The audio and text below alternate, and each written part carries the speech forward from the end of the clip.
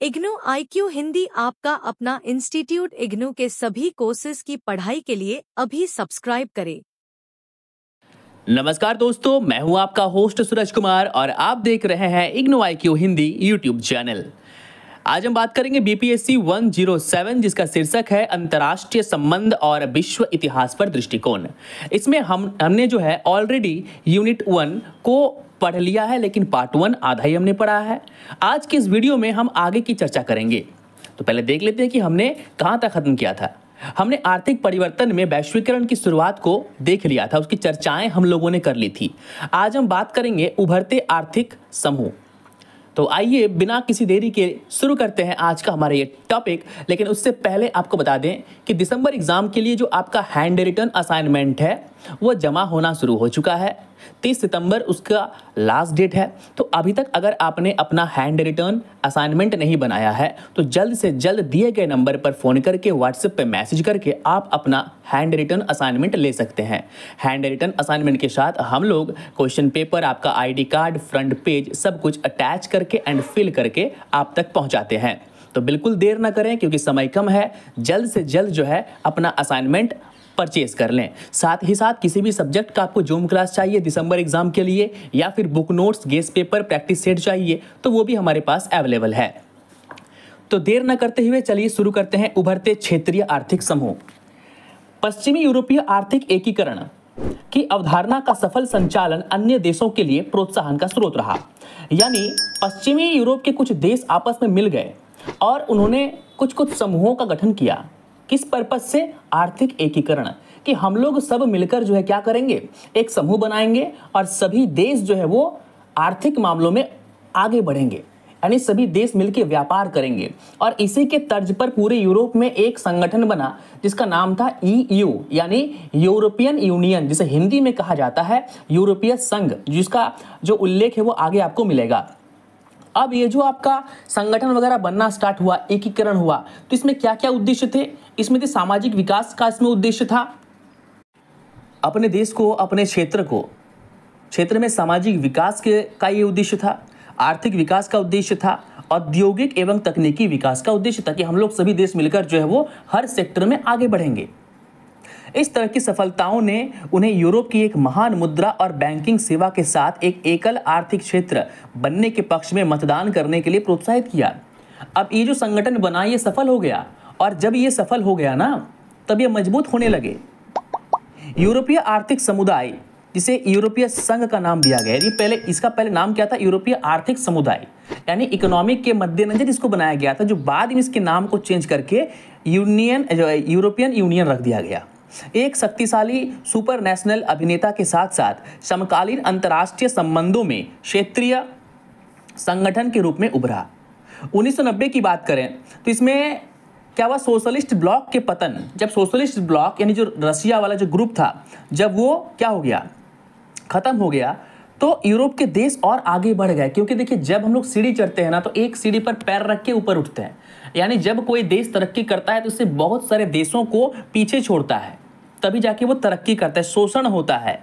कई पूर्वी यूरोपीय राज्य यूरोपीय संघ में शामिल हो गए। लोगों ने देखा कि ये अब 5 देश साथ हो गए, ये तरक्की कर लिए, तो उसमें और भी देश क्या होने लगे, शामिल होने लगे। और भी कई लोग कतार में खड़े हैं कि अब मुझे भी जाना है। अभी देखिए वर्तमान में जो है वो यूक्रेन का मुद्दा आया। यूक्रेन और रशिया का जो वॉर है वो सिर्फ और सिर्फ इसी को लेकर है, ठीक है, कि यूक्रेन जो है वो अमेरिका और यूरोप के बहुत नज़दीक आ चुका है। क्षेत्रीय आर्थिक एकीकरण की यह प्रवृत्ति थी जिसके कारण 1990 के दशक में वैश्वीकरण की गति बढ़ाने के साथ इसे और बढ़ावा मिला। जैसे जैसे वैश्वीकरण की शुरुआत हुई, वैश्वीकरण को प्रोत्साहन मिला, वैसे वैसे जो है ये समूह और भी आगे बढ़ गए और साथ मिलकर फ्री ट्रेड यानी मुक्त व्यापार करना इन्होंने शुरू कर दिया। देश ने राजनीतिक और सुरक्षा क्षेत्रों में सहयोग का गुण भी देखा और क्षेत्रीय समूह और तंत्र बनाने के लिए साथ आए। जैसे कि मान लीजिए यूरोपियन यूनियन, उसका एक अलग वीज़ा भी बनता है, तो उसमें मान लीजिए 27 देश हैं। तो अगर आप यूरोपियन यूनियन का वीज़ा बना लेते हैं तो 27 कंट्री का अलग अलग आपको वीज़ा लेने की जरूरत नहीं पड़ेगी। उस एक ही वीज़ा से आप वो 27 देश घूम सकते हैं। तो ये क्या है, ये एक चीज़ ऐसा किया गया ताकि बाहर के लोग आसानी से उनको वीजा मिले और वे यूरोप आए। आप भारतीयों को देखिए, भारत के लोग सबसे अधिक घूमने के लिए एज ए टूरिस्ट वो यूरोप ही जाते हैं। फ्रांस देखिए, इंग्लैंड देखिए, स्विट्जरलैंड देखिए, पोलैंड देखिए, नीदरलैंड देखिए, लोग यहीं पर जा रहे हैं। आगे हम लोग बढ़ेंगे। इस क्रम में दक्षिण पूर्वी एशियाई राज्य, यानी जो दक्षिण पूर्वी एशिया है हमारी, हम बात कर रहे हैं, वहाँ पर क्या बना, आसियान। आसियान का उपयोग कर रहे हैं। ये भी एक आर्थिक संगठन है, आर्थिक संगठन इसे बनाया गया है तरक्की के लिए। क्षेत्रीय सहयोग के लिए 8 सदस्यीय दक्षिणी एशियाई संघ सार्क, सार्क के बारे में सुना होगा, हर साल इसकी मीटिंग होती है। पश्चिमी एशिया और मध्य एशिया के 9 राज्यों ने आर्थिक सहयोग संगठन का गठन किया। संघाई सहयोग संगठन, अब देखिए जो संघाई सहयोग संगठन है जिसमें चीन, रूस, 4 मध्य एशियाई गणराज्य कजाकिस्तान, किर्गिस्तान, तजाकिस्तान और उज्बेकिस्तान और भारत और पाकिस्तान जैसे देशों को दक्षिण एशिया से शामिल करता है। देखिए इसकी जो मीटिंग है अभी पाकिस्तान में होने वाली है, किसकी, संघाई सहयोग संगठन की मीटिंग पाकिस्तान में होने वाली है। और इसके लिए पाकिस्तान के प्रधानमंत्री ने, सरकार ने नरेंद्र मोदी जी को एक लेटर भेजा है जिसमें उन्हें इन्वाइट किया गया है कि आप आइए, आपका स्वागत है। यह मैं आपको एक अपडेट दे देता हूं। उद्देश्यों और आदर्शों की विविधता ने पेट्रोलियम निर्यातक देश, जिसे ओपेक कंट्री कहा जाता है, ओपेक देश जो लोग पेट्रोल बेचते हैं उनका एक समूह है, उन्होंने भी अपना एक समूह बना के रखा है कि तेल का दाम कितना करना है। अब देखिए अगर समूह बना हुआ नहीं रहेगा ना तो ईरान बोलेगा मैं तेल का दाम इतना करूंगा, सऊदी अरब बोलेगा मैं और बढ़ाऊंगा, तो इससे जो है ना क्षेत्र में क्या होगा, दिक्कतों का सामना करना पड़ेगा, मार्केट स्ट्रेटजी खराब हो जाएगी। इसीलिए सभी देशों ने मिलकर, जो तेल बेचने वाले देश हैं जो अरब कंट्री में है, उन लोगों ने मिलकर क्या किया, एक संगठन बनाया जिसका नाम था ओपेक। अब तेल के दाम, तेल कितना निकालना है, क्या निकालना है, इसका जो है डिसीजन वहां लिया जाता है। उसके बाद अफ्रीकी संघ AU, अफ्रीकन यूनियन, अरब लीग और अन्य समान संगठनों जैसे समूहों का गठन किया गया। ये सभी संगठनों का निर्माण किया गया सिर्फ और सिर्फ आर्थिक विकास के लिए, ताकि देशों के पास भरपूर पैसा हो, वे साथ में व्यापार कर सके, फ्री ट्रेड कर सके, मुक्त व्यापार कर सके, सामाजिक उन्नति हो। इसलिए यानी सिंपल कहना है इस टॉपिक का कि जो उभरते क्षेत्रीय आर्थिक समूह हर अलग अलग रीजन में, पूरब में हो, पश्चिम में हो, हर जगह पे, उत्तर में, दक्षिण में, सभी देश आपस में मिलकर एक संगठन का निर्माण कर रहे हैं। क्यों कर रहे हैं? अपनी आर्थिक और सामाजिक वृद्धि के लिए, औद्योगिक और तकनीकी वृद्धि के लिए। अब जैसे कि मान लीजिए अभी हाल ही में रशिया ने कहा कि मैं भारत को एक टेक्नोलॉजी दूंगा जिससे भारत क्या करेगा, परमाणु भट्टी वो बनाएगा, ठीक है, वो टेक्नोलॉजी, रशियन टेक्नोलॉजी वो हमें हैंड ओवर करेगी, हमें सौंपेगी। तो कहीं ना कहीं हम दोनों मिलकर, दोनों देशों की, वो हमें देंगे तो हम तो उन्हें पैसे देंगे, उन्हें पैसे मिल रहा है तो उन्हें जो है तरक्की हो रहा है उनके देश में, और हमें टेक्नोलॉजी मिल रही है तो इसका भी हम भरमार यूज करेंगे, तो दोनों को फायदा हो रहा है। तो इसलिए ये संगठन जो है बनाए जाते हैं। अब हम लोग बात करेंगे वित्तीय संकट से गुजरना। देखिए 2007 से 9, यहाँ 8 दिया हुआ है लेकिन 9 होना चाहिए, 7 से 9 तक पूरी दुनिया जो है ना वो आर्थिक संकट से गुजर रही थी। क्यों? देखिए जब आप किसी पर डिपेंड होते हैं, डिपेंड रहते हैं, और वो देश अगर कोलैप्स कर जाता है, वो देश में अगर पैसे की कमी हो जाती है तो इसका असर पूरे विश्व पर पड़ता है। तो हुआ क्या, 2007 से 9 तक के दशक में अमेरिका में कई सारे बैंक जो है वो क्या हो गए, फॉल हो गए, भरी गिरावटें देखने को मिली उनके शेयर में, और कई सारे बैंक जो है वो कंगाल हो गए, वो डूब गए और बंद हो गए। आपको याद है कि भारत में एक बैंक है HDFC, बहुत ही अच्छा बैंक है, सबसे अधिक रेवेन्यू उनका है, सबसे अधिक टर्नओवर उनका है, कैपिटल जो है उनका है, तो ये अमेरिकन बैंक है। तो इस तरह के कई बैंक डूब गए। इसका असर क्या हुआ, पूरे विश्व पर पड़ा, क्योंकि अमेरिका की इकोनॉमी डाउन हो गई। तो 110% डैम श्योर ये बात है कि इसका असर पूरे विश्व पर पड़ेगा, क्योंकि अमेरिका बहुत सारे छोटे बड़े देशों को आर्थिक सहयोग करता है, पाकिस्तान को बोलिए या और कई अरब के मुल्कों को बोलिए, तो वो सहयोग बंद हो जाएगा तो ऑटोमेटिक बात है कि यूएसए के साथ साथ और भी कई 10-15 देशों का इकोनॉमी गिर जाएगा। 10-15 देशों की इकोनॉमी गिर जाएगा तो इसका असर ये होगा कि वो जो भारत से व्यापार करते हैं, सामान खरीदते हैं, तो वो हमसे सामान खरीदना बंद कर देंगे, तो इसका असर भारत पर भी होगा। तो कहीं ना कहीं 2007 से 9 तक का जो दशक था वो दशक था आर्थिक संकट की। लेकिन इस आर्थिक संकट की घड़ी में जो देश बनाए गए थे, जो ग्रुप बनाए गए थे, तो उसमें क्या हो गया, उसमें हुआ ये कि ये सभी देश साथ नहीं छोड़े। ऐसा नहीं कि आर्थिक संकट हो गया तो हम साथ छोड़ देंगे, अपना जो समूह है, ग्रुप है, वो तोड़ देंगे, ऐसा बिल्कुल नहीं किया गया। सभी तब भी क्या थे? साथ थे। अब ये वो दौर था जब भारत और चीन धीरे धीरे बहुत ही स्लो स्पीड में आगे बढ़ रहे थे। आज आप भारत को भी देख लीजिए, भारत की जीडीपी सबसे हाई, भारत में जो आपका अंतर्राष्ट्रीय मुद्रा कोष है, फॉरेन रिजर्व जो है, वो भी सबसे हाई है। अब आगे की राह देखते हैं। संयुक्त राष्ट्र में परिवर्तन की जरूरत। देखिए, संयुक्त राष्ट्र की बात करें तो इसको बारे में एक चीज समझ लीजिए, यूएन, जिसे हम लोग कहते हैं इंग्लिश में यूनाइटेड नेशन, हिंदी में संयुक्त राष्ट्र। तो ये जो संयुक्त राष्ट्र है, यहाँ पर टॉपिक आपका है बड़ी शक्तियों द्वारा संयुक्त राष्ट्र पर प्रभुत्व। देखिए, संयुक्त राष्ट्र को ऐसा कहा जाता है कि संयुक्त राष्ट्र को जो बैक करता है पीछे से, वो अमेरिका करता है, और उसके पीछे पीछे उसके कुछ चमचे देश हैं, जो यूरोप के कुछ देश हैं, वो लोग करते हैं। नहीं, वो अमेरिका बोलेगा दिन तो वो लोग बोलेंगे भी दिन, अमेरिका रात तो वो रात। ऐसा भी कहा जाता है कि यूएन द्वारा जो भी रिपोर्ट जारी किया जाता है, वे सारी रिपोर्ट जो है वो अमेरिकी संस्थान द्वारा वो सर्वे किए जाते हैं। यूएन बस नाम का है, सारा काम पीछे से अमेरिका ही देखता है। और यूएन के सभी बड़े बड़े डिसीजन जो है वो भी कौन लेते हैं? अमेरिका ही लेते हैं। बस वो फेस है, बस वो नाम का है, यानी अमेरिका जो है वो यूएन के कंधे पे बंदूक रख के फायर करता है। नाम किसका आता है? यूएन का, लेकिन पीछे कौन है? अमेरिका है। वहां पर आपके बुक में जो है इसी की बात की गई है। तो जो यूएन है, तो यूएन में बड़े बड़े देशों का क्या है? दबदबा। जिस देश के पास जितना पैसा है, आप जितना पैसा यूएन को दे सकते हैं, यूएन आप ही का बात सुनेगा। कल मान के चलिए कि यूएन को फंड करना स्टार्ट कर दिया, अमेरिका की इकोनॉमी डाउन हो गई और चीन और रशिया मिलकर यूएन को फंड करना स्टार्ट कर दिया, अपने लोग वहां पर बैठा दिए, अपने चहेते लोग जो उनकी बात करें, उनकी भलाई सोचे, उनको यूएन के टेबल पर, कुर्सी पर बैठा दिए, तो यूएन तो उनके हित के बारे में सोचेगा ना, आपके और मेरे हित के बारे में तो वो सोचेगा नहीं। ये वहीं पर ये बात किया गया है। और जो और बड़े बड़े देश हैं जो इस बात का विरोध करते हैं ना, जैसे भारत इस बात का कड़ा विरोध करता है कि अब जो है आपने यूएनएससी के जो परमानेंट 5 मेंबर है, वो 5 मेंबर आपने जो उस दौर में आपने रखा था, तो उस दौर में हो सकता है कि फ्रांस हो या इंग्लैंड हो, बहुत मजबूत हुआ करता था। लेकिन आज फ्रांस और इंग्लैंड की अब वो स्थिति बिल्कुल नहीं रह गई, ना तो उनके पास उतने पैसे रहे, ना ही उनकी जो है दबदबा रहा। तो अब तो उन्हें हटा दीजिए, अब तो उन्हें यूएन के जो परमानेंट मेंबर है यूएनएससी का, उससे हटाकर और दो देशों को जोड़िए। उसमें से पहला देश कौन है?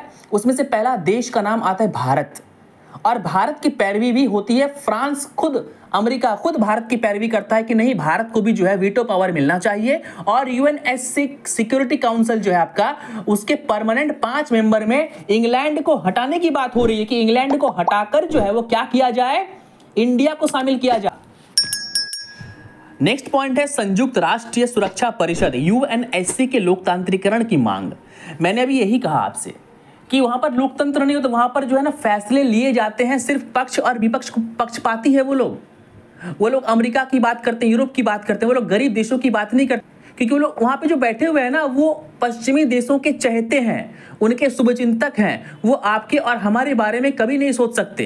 वो लोग गोरी चमड़ी वाले हैं और गोरों को ही अधिक जो है प्राथमिकता देते हैं, जिस कारण से क्या होता है कि दुनिया के बहुत सारे देश जो है वो, जिसके पास आगे बढ़ने का टैलेंट भी है, मादा भी है, फिर भी वो पीछे छूट जाते हैं। यहाँ पर कुछ चीजें दी हुई है। शीत युद्ध के बाद सोवियत संघ टूट गया और उसके बाद जो है विश्व का मैप बदल गया।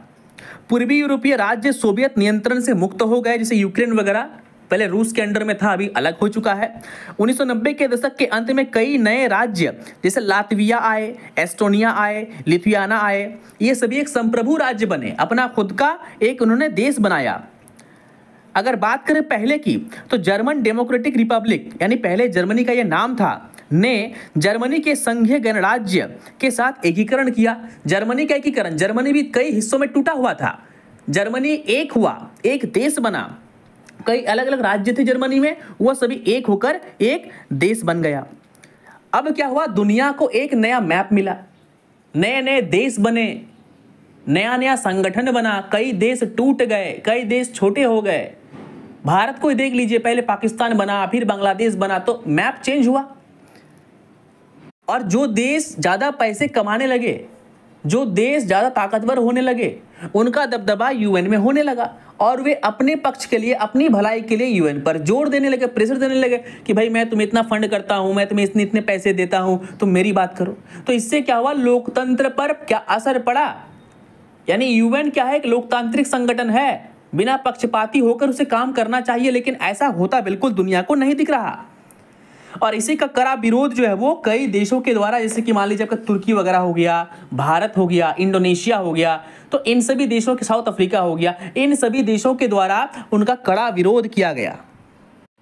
वो दशक कुछ और था जब विश्व में 4-5 महाशक्ति थे, लेकिन आज के दौर की बात करें तो आज Germany, Japan, Bharat, Brazil, south Africa और इजिप्ट, मिस्र, ये सभी एक पावरफुल देश बन चुके हैं। इकोनॉमी के लहजे से बोलिए या फिर हथियार के लहजे से बोलिए, तो कहीं ना कहीं अब इसकी जरूरत है कि भारत को जो है, जापान को, इंग्लैंड और फ्रांस को वहां से निकालकर भारत और जापान को यूएनएससी के परमानेंट मेंबर में शामिल किया जाना चाहिए और इसकी पुरजोर भारत को मांग करनी चाहिए और यूएन के पास जाकर ये डिमांड करनी ही चाहिए कि हमें देना ही पड़ेगा आपको, क्योंकि हमारे जीडीपी को आप देखिए, हमारे फॉरेन रिजर्व को देखिए, हमारे भारत के इंफ्रास्ट्रक्चर को आप देखिए, और तो और विश्व में जो योगदान भारत ने दिया उसको देखिए। हमने कोरोना के टाइम पे पूरे विश्व को अनाज खिलाया, हमने कोरोना के टाइम पे पूरे विश्व को दवाइयां दी, तो इस चीज को भी नहीं देखना है। और तो और भारत दुनिया का सबसे बड़ा देश है, पहला देश है जो सबसे ज्यादा मात्रा में प्रोड्यूस करता है क्या, मेडिसिन।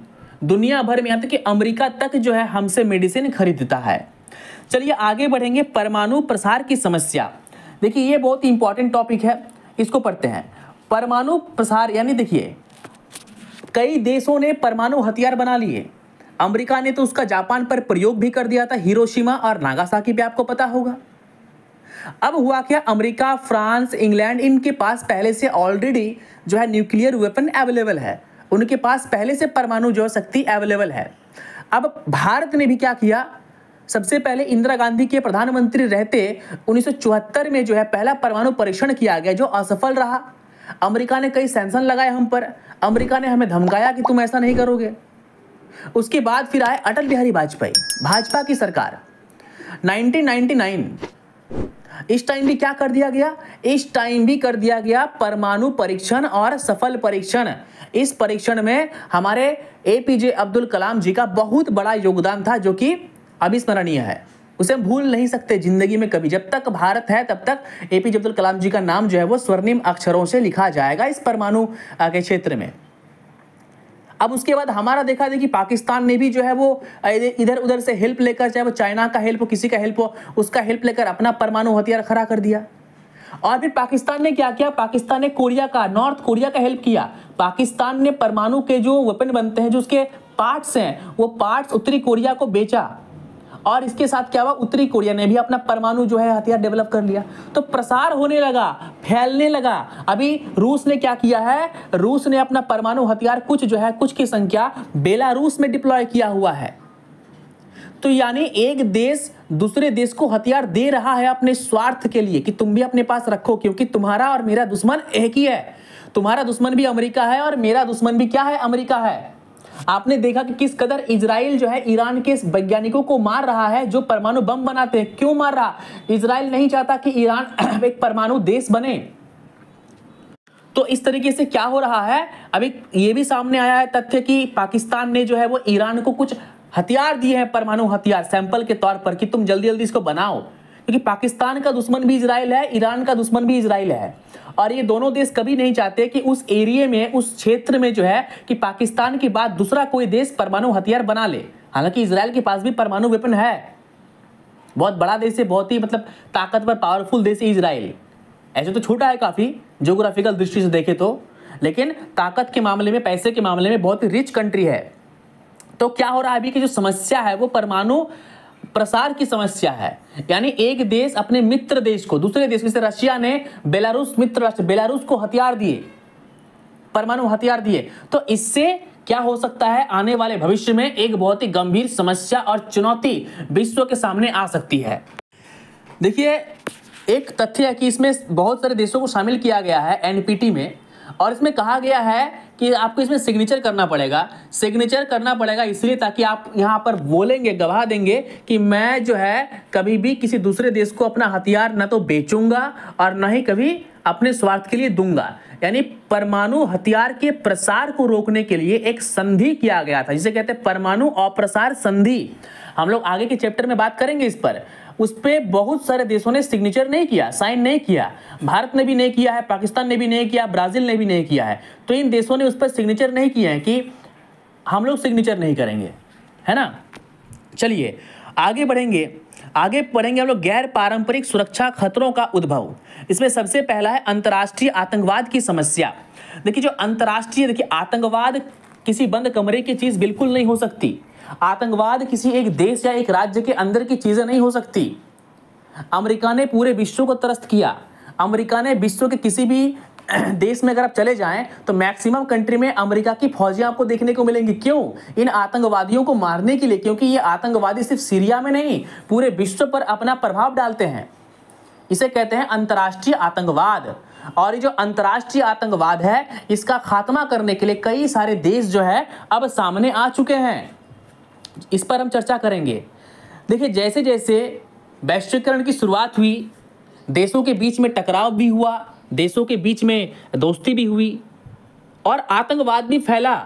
एक देश दूसरे देश की इकोनॉमी को डाउन करने के लिए, तोड़ने के लिए आतंकवाद का सहारा लिया। इसमें सबसे पहला नाम अमेरिका का आता है। चाहे वो लादेन के जन्म की बात हो कि लादेन को कौन लाया, चाहे वो बात हो ISIS की, तो इसके पीछे जो है सबसे बड़ा नाम आता है अमेरिका की। अमेरिका ही इन्हें फंडिंग करता है और बात तो बिल्कुल लाजमी है, वरना उन्हें इतने सारे पैसे हमले करने के लिए, योजना बनाने के लिए, उतने सारे हथियार उनको जो है वो कहां से मिलते हैं? जरूर कोई बड़ा देश जो है उनको हथियार दे रहा होगा। आतंकवाद के कई चीजों का यहाँ पर जिक्र किया गया है। सबसे पहले यहाँ पर किया गया है सीमा पर आतंकवाद, धार्मिक आतंकवाद, कट्टरपंथी आतंकवाद और नार्को आतंकवाद। कट्टरपंथी आतंकवाद मतलब कट्टरपंथी लोग जो होते हैं। उसके बाद अगर हम लोग बात करें तो आपका नार्को आतंकवाद। नार्को आतंकवाद में क्या होता है कि जो ड्रग्स वगैरह की तस्करी होती है, एक देश से दूसरे देश में उसकी स्मगलिंग होती है, ये भी एक तरह का क्या है? आतंकवाद है। हम अगर पंजाब को देखें, एक फिल्म है उड़ता पंजाब। उड़ता पंजाब जो फिल्म है उसमें दिखाया गया कि किस प्रकार जो पाकिस्तान से ड्रोन के माध्यम से ड्रग्स जो है वो पंजाब लाते हैं, बेचते हैं। और इससे क्या होता है? हमें तो हानि होती है, लेकिन जो ड्रग्स बेच रहा होता है उसे पैसे मिलते हैं। इस पर कड़ा सुरक्षा जो है वो देने के लिए कई सारे संगठन का निर्माण किया गया, कई सारी पुलिस एजेंसी के निर्माण की गई। इसमें से एक है नारकोटिक्स डिपार्टमेंट। नारकोटिक्स डिपार्टमेंट वाले इस बात की चेक करते रहते हैं हमेशा।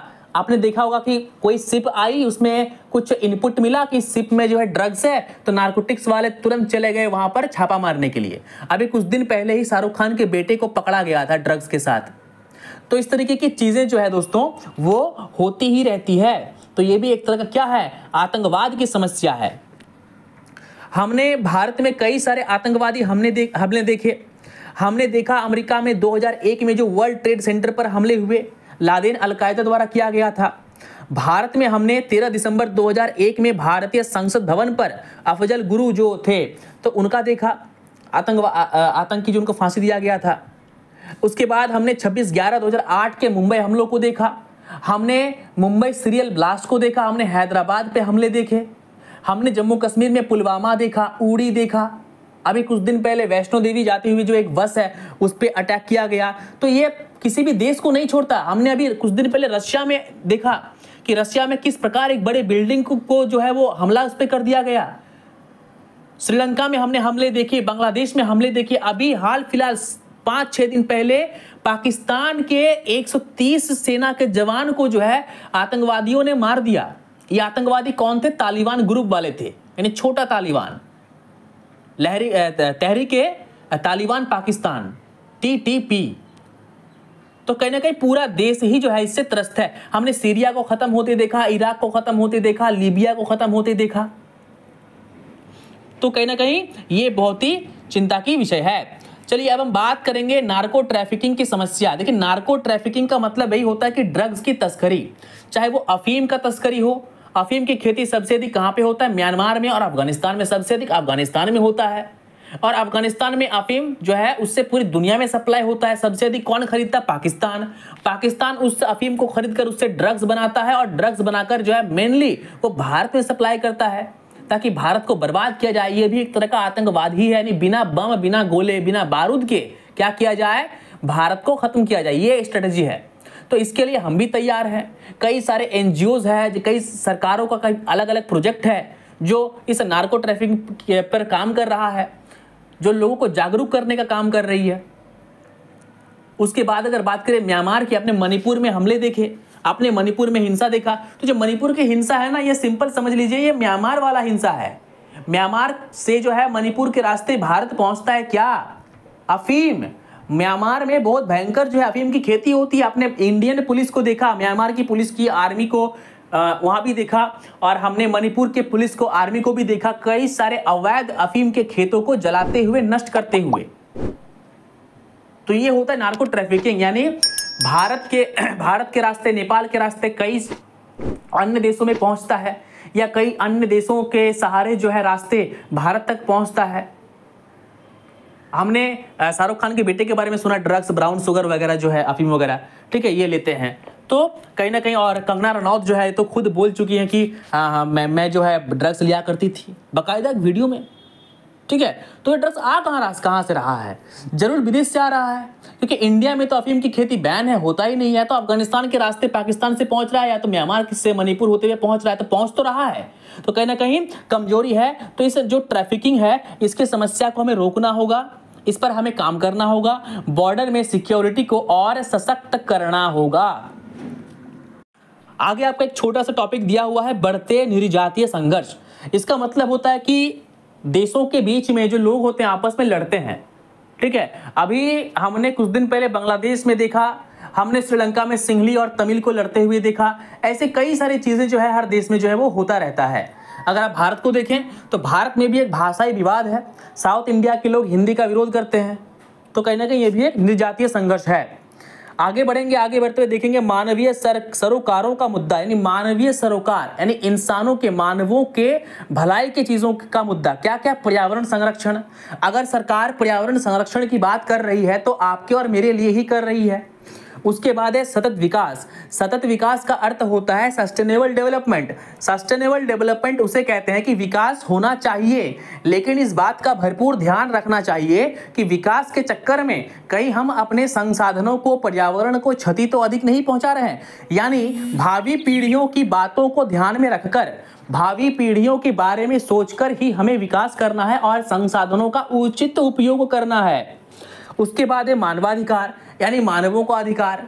मानवाधिकार आयोग के बारे में आपने सुना होगा, ह्यूमन राइट्स कमीशन। तो ये क्या करता है? इंसानों, मानवों के अधिकार की बात करता है जो आपको जन्म से मिलते हैं। बोलने का अधिकार, खाने का अधिकार, खुद की सुरक्षा का अधिकार, कि हमें खुद का सुरक्षा। आपने देखा होगा इंडिया में जब भी चाहे वह पुलिस हो या कहीं किसी को पीटती उठती है तो मानवाधिकार आयोग वाले तुरंत पहुंच जाते हैं कि नहीं आप ऐसा नहीं कर सकते। कई सारे क्रिमिनल, आतंकवादियों के फांसी को रोकने के लिए भी कई सारे देश के बड़े बड़े नेता जा चुके हैं कोर्ट कि नहीं फांसी नहीं होनी चाहिए, मानवाधिकार का उल्लंघन है, उसको भी जीने का अधिकार है, गलती किया है सजा दे दीजिए, जेल में उसको रखिए, फांसी मत दीजिए। तो देखने को मिला। तो दोस्तों उसके बाद आपका छोटा सा एक टॉपिक है वैश्विक शांति के लिए कार्यसूची। तो ये उतना इंपॉर्टेंट है नहीं, क्योंकि वैश्विक शांति कैसे आएगा? अभी हमने पढ़ा है कि वैश्विक शांति आएगा जब लोग आपस में मिलकर काम करेंगे, देश आपस में मिलकर काम करेंगे, युद्ध रुकेगा। दो देशों के बीच जो टकराव हो रहा है अभी वर्तमान में, हमने देखा इजराइल को हमास से, फिलिस्तीन से लड़ते हुए, ईरान से लड़ते हुए, जब वो रुक जाएगा। हमने देखा यूक्रेन और रूस को लड़ते हुए, जब ये रुक जाएगा। भारत और पाकिस्तान के बीच, पाकिस्तान के जो आतंकवादी हैं वो बार बार भारत पर अटैक करते हैं, छुटपुट हमले होते रहते हैं, जब ये रुकेगा तब जाके विश्व में शांति आएगी। तो दोस्तों इसी के साथ आपका ये चैप्टर जो है वो खत्म होता है, जिसका शीर्षक था अंतर्राष्ट्रीय संबंध की समझ। उम्मीद करते हैं कि आपको जो है ये चैप्टर पढ़ के अच्छा लगा होगा, कई सारे जो है जानकारी आपको मिली होंगी। वीडियो अच्छी लगी हो तो वीडियो को लाइक कर दीजिए, चैनल में नए हैं तो सब्सक्राइब के साथ साथ बेल आइकन पर क्लिक करना बिल्कुल ना भूले। और तो और अगर आपको इस सब्जेक्ट का जूम क्लास करना है या फिर नोट्स या गेस्ट पेपर चाहिए और हैंड रिटन असाइनमेंट चाहिए तो दिए गए नंबर पर फोन करके या व्हाट्सएप पर मैसेज करके आप अपना सारा चीज परचेस कर सकते हैं। तो मिलते हैं अगले एपिसोड में चैप्टर 2 के साथ।